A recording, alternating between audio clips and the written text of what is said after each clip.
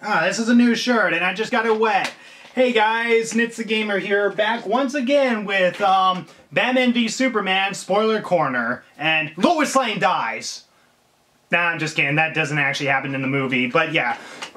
See the movie first before you watch the spoiler corner. So, yeah, in terms of spoilers of the movie, like, if you haven't watched my last video on the review of this movie, then watch that first so you can at least know what I'm gonna add on top of my review and all that. So, yeah. I guess I should talk about some of the scenes that take place in the middle first before I get to the whole Doomsday fight and whatever. So, some of the scenes that do take place in the middle, like, I find it really interesting how Lex actually has this connection with this one, I think she's like a Senate or something like that. Excuse me, damn you, Coca-Cola. I think it was like Sen Blinch or something like that. I forget her name, but yeah, that character, it's pretty interesting seeing what connections that they made between Lex and her and all that. And yeah, even with Lex nicknaming her with, I think it was like Grandma something T or whatever like that, and then for the fact that she finds the name on the jar and then the whole courtroom explodes, I mean, that was actually pretty amazing. Like, that was definitely one of the redeeming qualities in this entire middle part of Batman v Superman is the intensity. Like, any scenes that do get intense, I find are the better scenes in this movie when it does get intense and it doesn't hold back on trying to be a much more better movie or trying to prove that Superman is a legit good person that didn't mean to destroy Metropolis. And for the fact that Lex Luthor is, you know, a great manipulator in this movie, I think is one of the redeeming aspects of this movie. But as I said, the scenes building up to it are very, very fast. Like, it goes by quick, exposition, exposition, exposition, the talk about something religious or political, and then once it gets to the end of the scene and it has the right time to deliver an emotional moment, it's kind of like, nope, next scene. We have to try to fill in the runtime for like 2 hours and 2 hours and 31 minutes, I mean. Yeah. So, yeah, the build-up is very, very rushed, but when it does get to a good payoff, the payoff can be good sometimes, but most of the times the payoffs don't pay off. Like, as I said, the fight between Batman and Superman is very bad. I mean, it's pretty great showing how Batman, you know, gains the kryptonite, and the kryptonite, of course, is used as a weapon to try to weaken Superman and therefore kill him later on. But as I said, the fight was so pathetic. They had great build up to it, like, oh man, this is going to be the most awesome part of this movie. No, it's the most stupidest part of the movie. Ugh. I was so disappointed with the fight, and again, the best part about the whole thing was just me eating my own goddamn popcorn, and so, yeah, I didn't like the fight between Batman and Superman. I mean, it was only 6 minutes long, and it was kind of just, let's hammer throw us through some walls, and, jeez. But the one thing I will admit that was also great in this movie, which was another great build-up, was with Bruce Wayne's visions and all that, like his nightmares or whatever. Like, he has a vision where he visits his parents' grave, and then you see Martha Wayne on it, and then suddenly you get the jump scare of her coming out and just going, ah! And the reason why I think that's great is because when you get to the scene where Superman starts to mention Martha's name, and then Lois comes in and tells Batman that Martha is the name of Superman's adoptive mother, Martha Kent, I thought that was actually really great. So to show the scene with him visiting his parents' grave and then having Martha on it, or even Thomas Wayne actually mentioning Martha's name during the opening scene, I think is really great, and it actually does have a good way to actually end the fight with Batman and Superman. So I think the way they ended the fight was done really maturely for the most part, and there was build up to it, so it's kind of like, it's not like it came out of nowhere. There was at least, you know, something that made Batman go, you know what, I suffered the loss of parents, and I can't let somebody else suffer the loss that I lost and all that. And I think for the fact that both of their mothers are named Martha, it does actually add a lot of emotional investment. Again, it lacks emotion, but for what Zack Snyder was going for, I think it was a really good move. And yeah, with his nightmare of Martha Wayne, I think was a good addition into the scene. And the other good addition is pretty much the overreaction on how bad Superman is, or how bad he thinks Superman is. But then we get to one scene where you literally have this guy in a glowing light just going, blah, blah, blah, spewing exposition coming right out of your computer, and I'm telling you something very important, Batman. In fact, I think he even mentions the name Lois Lane, and yet he doesn't even go with that lead. Like, why was Lois Lane's name mentioned? I don't know. That entire scene where you had that one person just going up and going, blah, blah, blah, I'm coming out of the halo light. I mean, what was the point of that scene? I didn't even get what the hell was going on in that fucking scene. Oh, I just swore. I'm not even going to censor that. But seriously, I have no idea what the hell was going on in that scene. But the only two nightmares that I think were at least justified was pretty much with him, you know, at least looking at Superman as this terrorist, and then of course the moment where he visits Martha Wayne's grave, and then of course gets the jump scare and all that, which all does build up to the fight, but as I said, the fight is awful.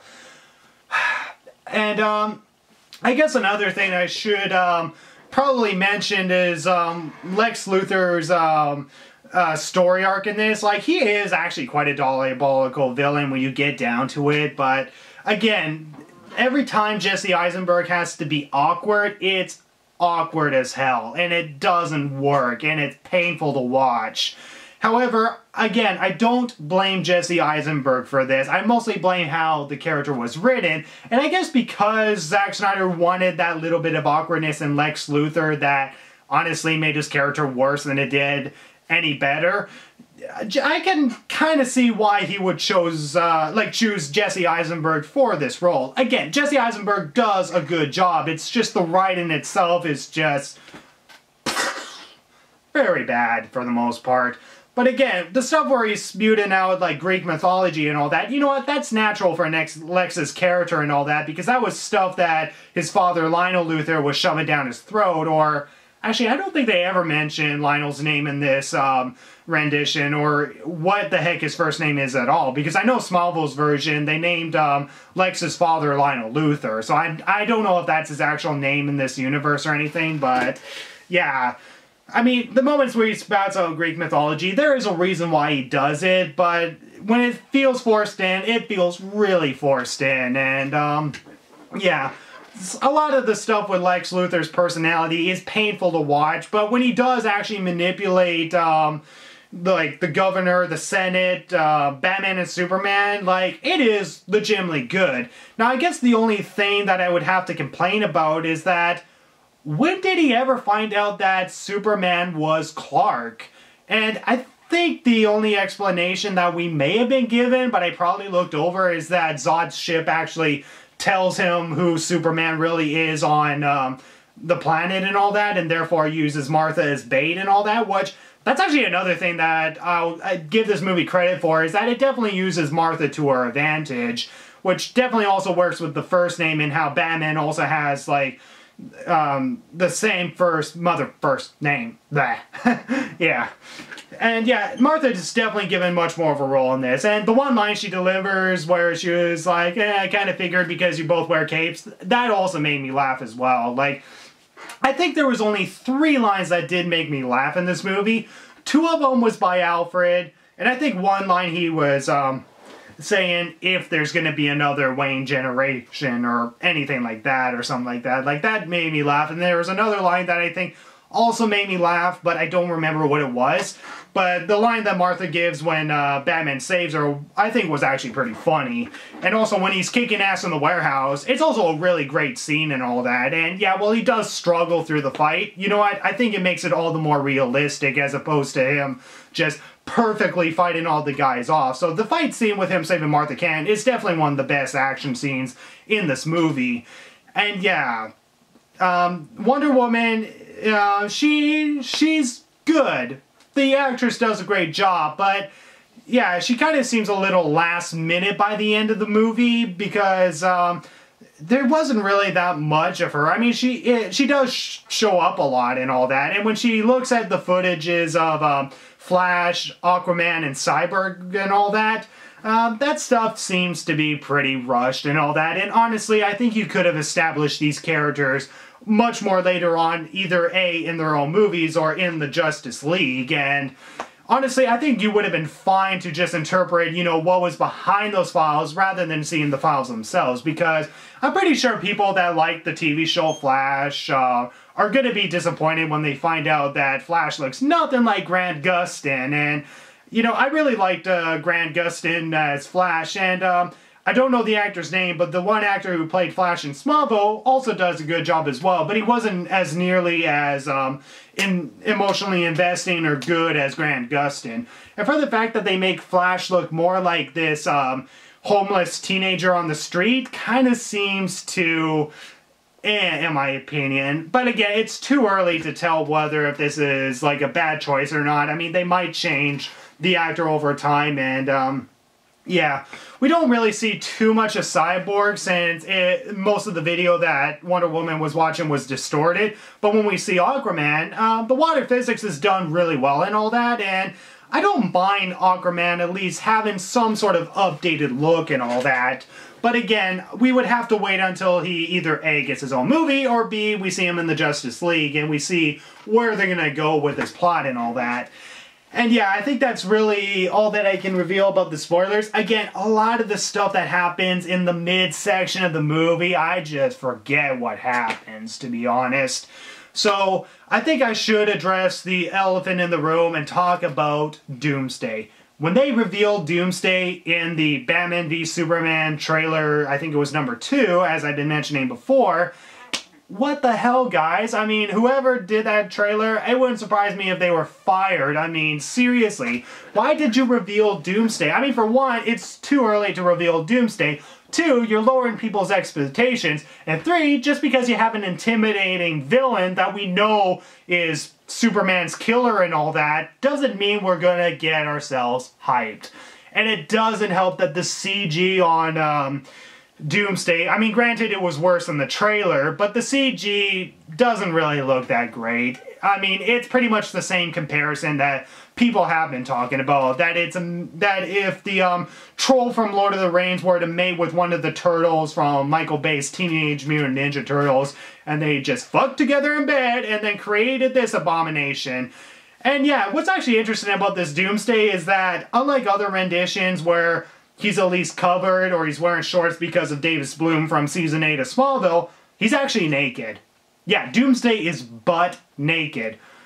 So yeah, for Zack Snyder, if you wanted to have a chance to show any buttocks on films like you did with Dr. Manhattan from Watchmen, well, guess what? You get to see a little bit of buttocks from Doomsday in this. And yeah, there is no genitalia because there's no way he would have been able to get away with that. But yeah, for the fact that they do show Doomsday naked in this movie is alright. I mean, I have no problem with nudity in film, and if anything, it does make the monster all the more realistic when you do see him nude and all that. And it's not like it's distracting. I mean, you only see his ass maybe like 3 or 4 times in the shadows and all that.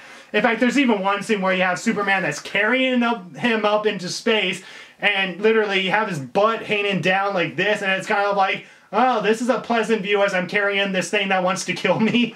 Yeah, so it's kind of interesting how they actually made Doomsday nude in this, but again, it doesn't really make Doomsday any worse or better. I mean, the CGI on Doomsday is pretty bad enough. I mean, it's not god-awful. It's definitely better than what we've seen in the trailers, but yeah, just like everybody else, I just wish that they could have revealed Doomsday in like one of the Justice League movies, or maybe a future sequel revolving around Superman, and not this early. And yeah, I will definitely admit though, the fight with Doomsday is actually well done for the most part, but it is quite rushed near the end, and I do appreciate the fact that Lois does at least help in some way, not a lot, but she does at least help in some way, and that all 3 of the superheroes Wonder Woman, you know, restraining Doomsday, and then, of course, Batman weakening Doomsday, and then Superman coming in with the spear, and claw! And then, of course, Superman getting stabbed himself, which ultimately results in his death. And, yeah, it's... My only nitpick is, wouldn't him getting stabbed with kryptonite also make him immune to kryptonite? If anything, that kills him, strengthens Doomsday. I mean, shouldn't he be immune to kryptonite now after getting impaled by it? I mean, that might actually say that Doomsday is going to come back, but the way that the movie portrays it, it seems like, nope, kryptonite was his ultimate death and all that. Doomsday is done, he's gone, we're not going to show him again. And it is quite disappointing, because even in Smallville Season 8, when they had Davis Bloom playing Doomsday, it actually showed that the kryptonite did weaken him, but it actually does make him stronger to the point where kryptonite, like, he's suddenly immune to kryptonite now, which was definitely a great turn for Smallville to take. And again, one of the worst parts of Smallville was the Doomsday fight in the Season 8 finale. It was actually quite a disappointing fight and all that. But again, it's mostly television. But then again, they had better fight scenes in Smallville. Sorry. So yeah, the fight with Doomsday is decent for the most part. It's definitely one of the better fight scenes in this movie. And I do like how the heroes work together and how Lois gets involved and all that. And yeah, the death of Superman.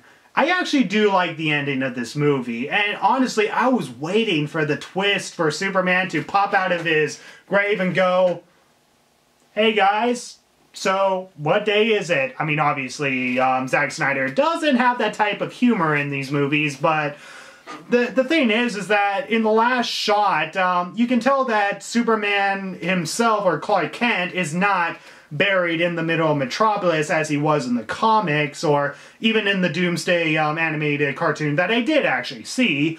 But he was truly buried in Kansas right next to Jonathan Kent.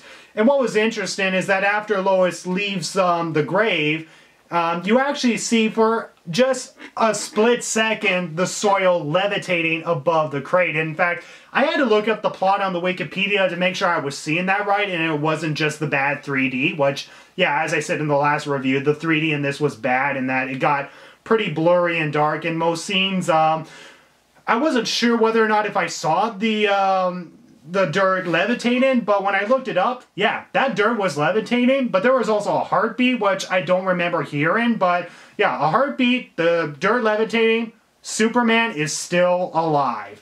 And I thought that was actually a great ending for the movie and all that. Like, it doesn't end where it's kind of like, nope, Superman is dead, and we're just going to reveal a twist later on that he actually survives, or that he just pops out of his grave and goes, hey guys, so what time is it? Like, they at least keep it mysterious and suspenseful at the end, and that's something that I do give it credit for. And the other thing that I also give the ending credit for is that it shows the world paying respects to Superman and how much he wanted to make this world a better place and all that. And that was something that I did appreciate about the ending, with everybody, you know, at least appreciating for what Superman has done, despite all the damage that has been done before. But they now acknowledge that Superman is not to blame, and that even though he's an alien, he did what he could to protect what he now calls home. And the ending, as I said, the ending of this movie and the opening are the best shot, like the best scenes in this movie, like best in terms of cinematography, whereas the rest of the movie, as I said, is quite rushed. And yeah, I think that's really all I can give away for spoilers and all that. And yeah, it's interesting how this movie goes with the version where Lex is not permanently bald. Like, he shaves himself bald by the end, but he's not permanently bald, which is interesting that they take that route. But yeah, whatever. It's a different kind of Lex Luthor, and I'm not really completely happy with this new Lex Luthor, but just gotta go with what we got, right? So, yeah, as a whole, this movie, in my opinion, is okay. So, as you can probably tell, most of my positive opinions towards this movie is anything that's covered in the spoilers, but at the same time, anything negative is also covered in spoilers as well. So if you watch my last review, it probably sounded like I really hated the film and all that, and I don't hate this film. I can't say it's good. it's a bad movie. It's a bad movie, but I at least somewhat enjoyed it. It's better than Man of Steel, which is a polarized film, and I'm one of those people that despised it. And yeah, Man of Steel as a whole got a 3 out of 10, whereas Batman v Superman, from me, gets a 4 out of 10. So yeah, as a whole, it's a very sloppy movie. And it really sucks that this is only the second movie to the DC Universe, and I'm legitimately hyped for Suicide Squad. I mean, the only thing that I complained about with Suicide Squad is that I thought Jared Leto's Joker was actually quite a bad move, because you see the picture where he's all like, ah, with all the tattoos and being all shirtless and whatever, and I was like, oh god, this is gonna be bad. But then once I saw the trailer, and then he was like, oh, I'm not gonna kill you, I'm just gonna hurt you really, really bad.